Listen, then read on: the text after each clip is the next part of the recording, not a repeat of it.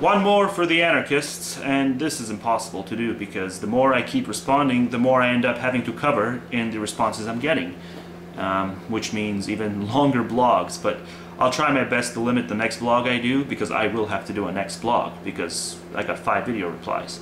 So no way can I do this in 15 minutes. But I'll give it my best shot. I got some bullet points, and if you're going to read the damn blog, read the blog in its entirety, because then you just end up paraphrasing part of it and saying that that's all I talked about, when in fact I talked about much more and I covered all grounds, and that's not being represented in the video replies I'm getting. But anyway, let's get to the bullet points. Okay, so one of the responses I got was from this barelylegal.ca guy. So you seem to have read the blog, so I appreciate that. He said I'm asking questions that have been answered trillions of times. And no, I'm not asking questions, okay? I am providing counter arguments to the answers you guys have answered trillions of times, okay? I mean, out of all the statists on this site, I've probably watched more anarchist videos than, yeah, pretty much any statist. I'm pretty damn sure. So I've seen their answers, and I've argued. Go back to my first fucking video on this shit. I have argued not some sort of blanket question starting point stuff. No, I have argued starting from your responses to the general bullshit the average statist asks you. So I've done the, 5 steps ahead thing. So it's just bullshit to start your video talking about how, well, I'm just, I need to be educated or something. No, bullshit. Read the damn blog fully. Okay, so then you bring up the devil we know versus the devil we don't. When I brought up my complete privatization and then the, state control. And I'll just point out that I know both devils. Okay, because back, this is only when I was like 5 years old, so I guess, you can take it with a grain of salt as you wish, but I do remember back in Serbia when we had the whole, downfall of communism, and there were people, the government was obviously going under reform, so, things were pretty much anarchy light. There were no real rules being followed. It was just a huge mess. And, I mean, okay, granted, yeah, I was only 5, but I can get testimonies if you want from people who worked at that time and who worked for the private sector, because the private sector had just started. It was only about 5% of the economy before then, but after the fall of communism, it boomed, and the people during this transition period where there was no law set in stone, where the government was going under reform, the people were not getting paid. Okay, the people working for the private sector were not getting paid. And their bosses kept telling them, okay, well, next month, you'll get it next month. And then 1 month turned into 3 months, 3 months turned into 6 months, and so on and so forth. And the majority of those people, last I spoke to them, still did not get paid for the amount of time that they worked. And the reason they didn't get paid was because there was no fucking goddamn law set in stone telling the owner that, obliging the owner to pay them. So that's what happens in anarchy, and this is not some sort of a bogus study I'm linking you guys to. This is hands-on experience I've seen people gripe about this sort of shit. Okay, and then as soon as the government reformed fully, and there was law, official state law, not private court law, official state law, then yeah, fucking goddamn, the private sector started paying its employees. And yeah, I've had the same issues. I've brought this up before, but I've had the same issues here. I got underpaid so many fucking times that I threatened my damn company to say, well, you know what, if you guys don't fix this shit, I'm quitting. And that wasn't enough for them to fix the damn shit. Even though I had my hours worked listed, they didn't care. I had to go to the fucking state and threaten them with a lawsuit, and then they fixed the damn problem. So anyway, moving on. So the barelylegal.ca guy brought up this bullshit war on drugs that's going on, and he basically said that it's a trade-off for Mickey Mouse stuff. Mickey Mouse stuff such as, like, labor unions.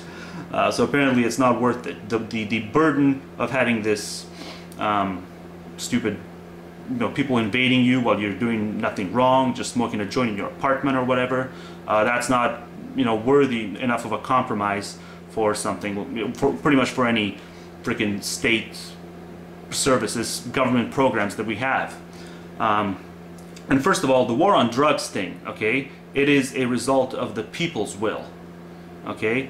If you convince the majority of people not to roll with that shit, not to vote for conservatives who, argue for that sort of shit, you will no longer deal with that crap. So make the argument, okay? But the reason the argument fails to be made is because you guys don't do it in the context of responsibility. Okay, because you need to specify that even though the drug taking by default, if you do it in your own apartment, yeah, that should be legal. But if you want to, even if you think you're a careful driver while you're drunk or while you're high, even if you have a perfectly clean history, you've never gotten to a single accident while stoned or while drunk, you need to argue that there should be stiff penalties for getting high and then getting into a car. Or any other, operating any other machine where you're not only endangering yourself, but you're endangering someone else. And every time I see you guys make this argument that drugs should be legalized, I don't see that incorporated into the argument. So that's why, it's a little understandable that these conservatives are getting the votes, because the liberals arguing against decriminalization, the liberals and the libertarians aren't making the argument completely. They're just making half the argument. And I agree with half the argument. Drug taking by default should be legal, but stiff penalties if you get into a car while you're stoned. And again, that would violate one of your anarchist principles, though, because getting into a car while you're stoned is not an initiation of force.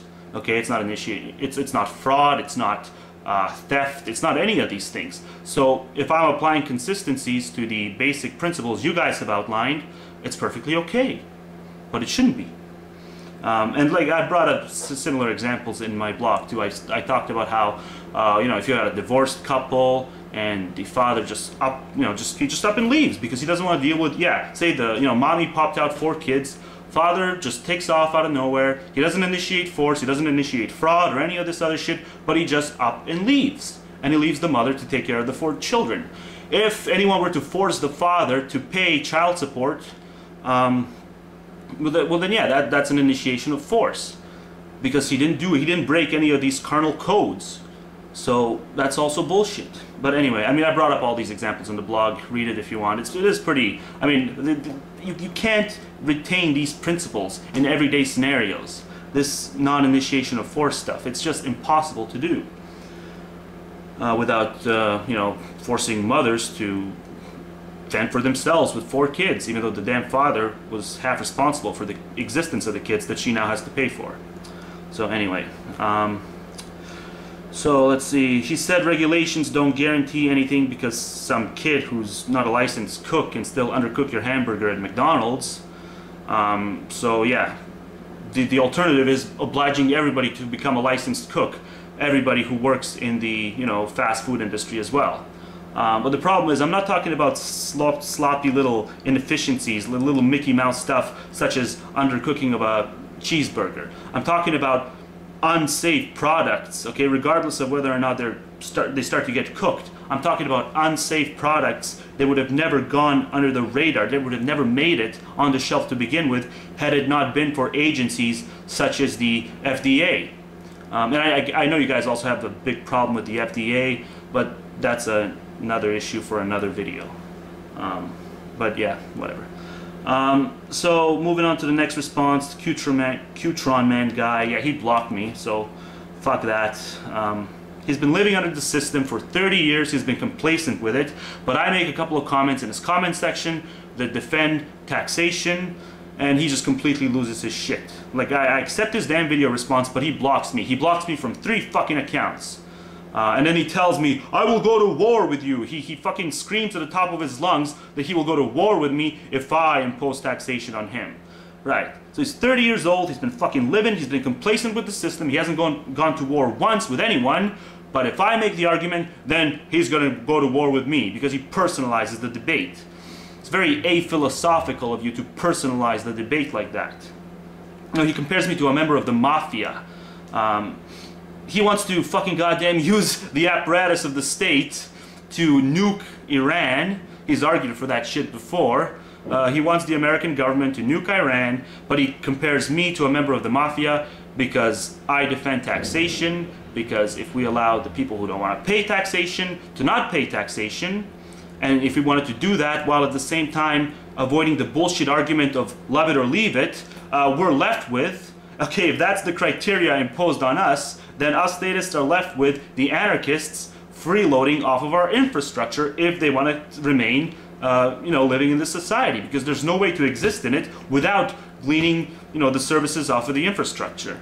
Even if you stay in your apartment the whole damn time, even if you stay on your private property, you're still gleaning the services of the military, because the military, in the abstract sense of the term, still does prevent other countries from invading you and destroying your private property. So there's just no way to exist in a in a society where some people are obliged to pay taxes without freeloading off of them. So that's why I defend the taxation. I'm perfectly willing to let you guys have your own thing, your own spot of land. I will do everything I can to make sure that I don't vote for some jackass who's going to go invading in your business, okay? But I'm just concerned with people freeloading off of the tax dollars that, I'm forced to pay.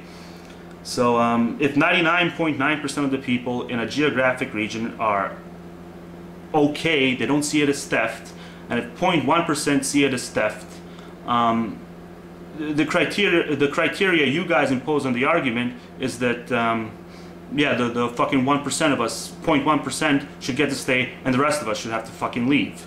So it's bullshit. And how the fuck did I talk for 11 minutes already?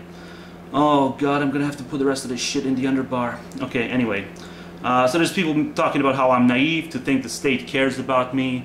That's a common argument I'm getting, and no, I'm not. Whether or not they care about me emotionally is a complete non-factor. I mean, well, what is this? What is this idea that it matters whether or not the people working in the government... I mean, I don't even see how this would enter into the equation, whether or not they care about us emotionally. No, they're here to provide a service, okay? And that service basically is that, yeah, if I call 911 and if the goddamn cop car shows up 2 minutes in, then yeah, that service is to my satisfaction. And that's been the trend. It's been happening. Every time I need them, yeah, they're there for me. Okay, so if they're not there for you, I'm sorry you've had bad freaking experiences, but they are there for me, so fuck it. And I know a lot of people have issues with the cops and that sort of stuff, but it's really easy to avoid. You got two options. You can either humble yourself, yes sir, okay sir, I'll listen to you sir, and it'll be over before you know it.